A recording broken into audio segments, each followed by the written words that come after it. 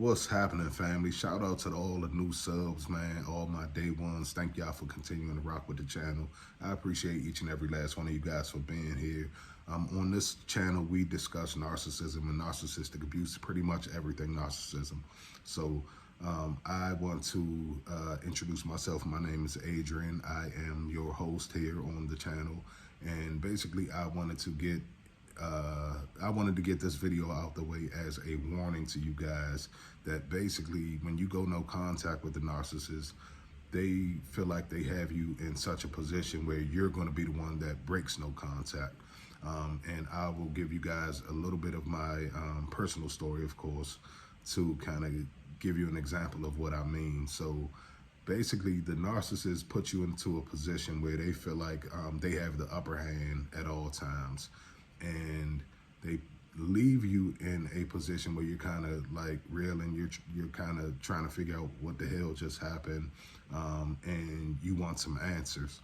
And then on top of you wanting some answers, like in my personal situation, I had a child with a narcissist. So not only was I looking for answers, but now we also have to figure out a way to co-parent as best we can. But as we all know, there's really no co-parenting with the narcissist. You literally have to parallel parent.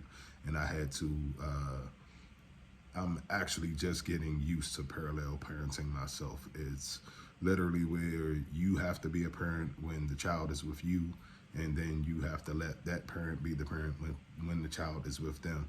And you kind of have to like take your hands off of the situation when it's not your week, because the narcissist does not communicate. They won't cooperate.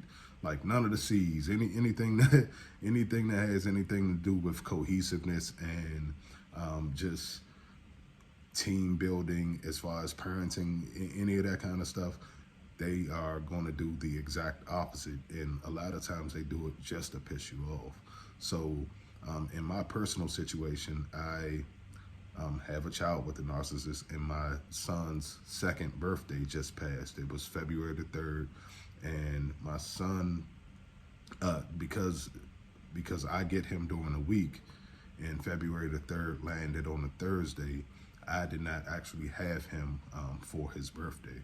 So she knew that I would want to be a part of whatever was going on with his birthday and all of that kind of stuff. But so, okay, let me rewind. The year before his first birthday, she did a small party at her house, and she invited me to that party.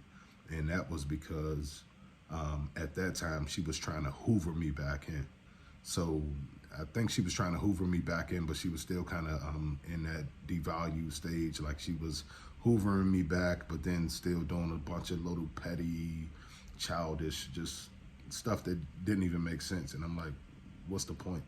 But so I was invited to his first birthday party, and this year round, I had pretty much gone no contact for the full year. So now this year, she didn't invite me to anything. She didn't even mention anything for his birthday at all. And she knows that I'm the type of father that really wants to be there for my child. And I believe in her mind, she thinks that, well, he hasn't reached out to me, throughout this entire year, but on our son's birthday, he's definitely going to reach out. So he's, what I'm saying? She was kind of expecting me to be the one to reach out just because it was his birthday. But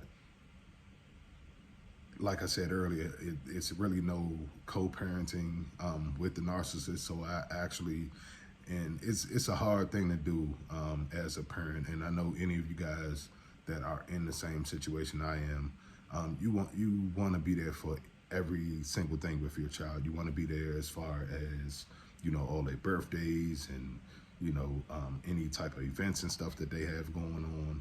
And what I had to just realize is my son will always and forever just have two birthdays. He will always have two birthday parties. So whatever she does on her end, that's what she does, and whatever I do on my end, that's what I'm going to do. And my son will always have two different Christmases.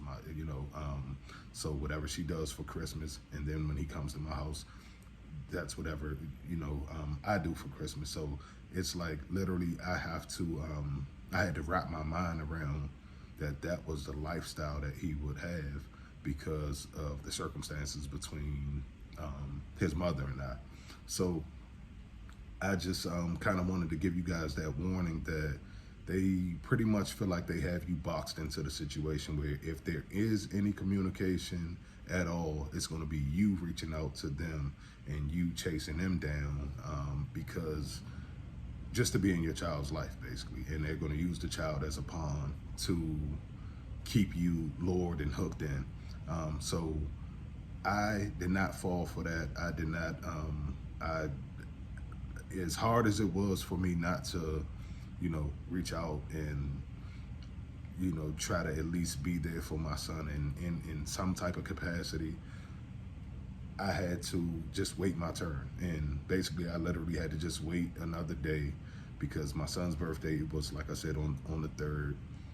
I actually got him on the 4th, and we celebrated on my side of the family on the 5th for him. So it was a couple days late, but we still ended up doing something for him, and it was still a good time.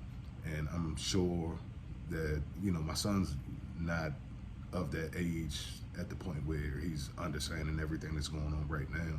But as he gets older, I'm pretty sure he won't have a problem with having two birthdays. And if he does, then I'll just have to explain to him the reasons why, things have to be like that in a safe way that he can understand it and it doesn't, diminish,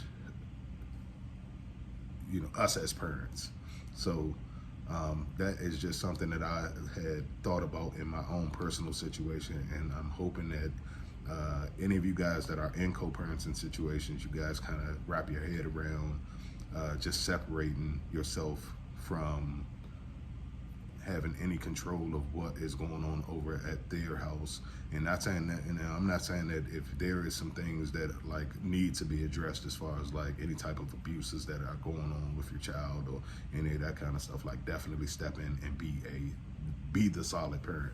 I'm not saying, don't address any of your situations, but if everything seems healthy and everything seems like it's going okay, then you have to kind of wrap your mind around the fact that you have to separate and just know that you may not be able to be at every single birthday on the day of, or every single holiday on the day of. You may have to celebrate a day or so off just because of the circumstances. But that is my current situation because, like I said, we don't have any type of custody agreements or anything in place. But who knows, and who's to say that in the future that there won't be some changes to the custody. So that is something that like I said, that's something that I just thought about, and I thought that I would definitely share it with you guys because they are going to put you into a position where they feel like you are trapped in and you have to do all of the reaching out and chasing them now. And I actually, my ex actually said to me when she discarded me, I asked her a question, and I said, have I ever chased you? Like literally, in the 10 years of us dealing with each other, have I ever chased you at all? Have I ever shown that I was gonna, chase you at all? If you wanted to leave, you was gonna leave. Have I ever given you the impression that I was gonna chase you? And she was like, no, you didn't give me that impression. But, sometimes as a woman, it's nice to feel wanted. And I'm looking at her and I'm like, again, have I ever chased you? I won't start the day. So again, that's my video, man. I appreciate each and every last one of y'all for continuing to rock with the channel. I will be back in a minute to drop more content for you guys. See y'all soon. Talk to y'all.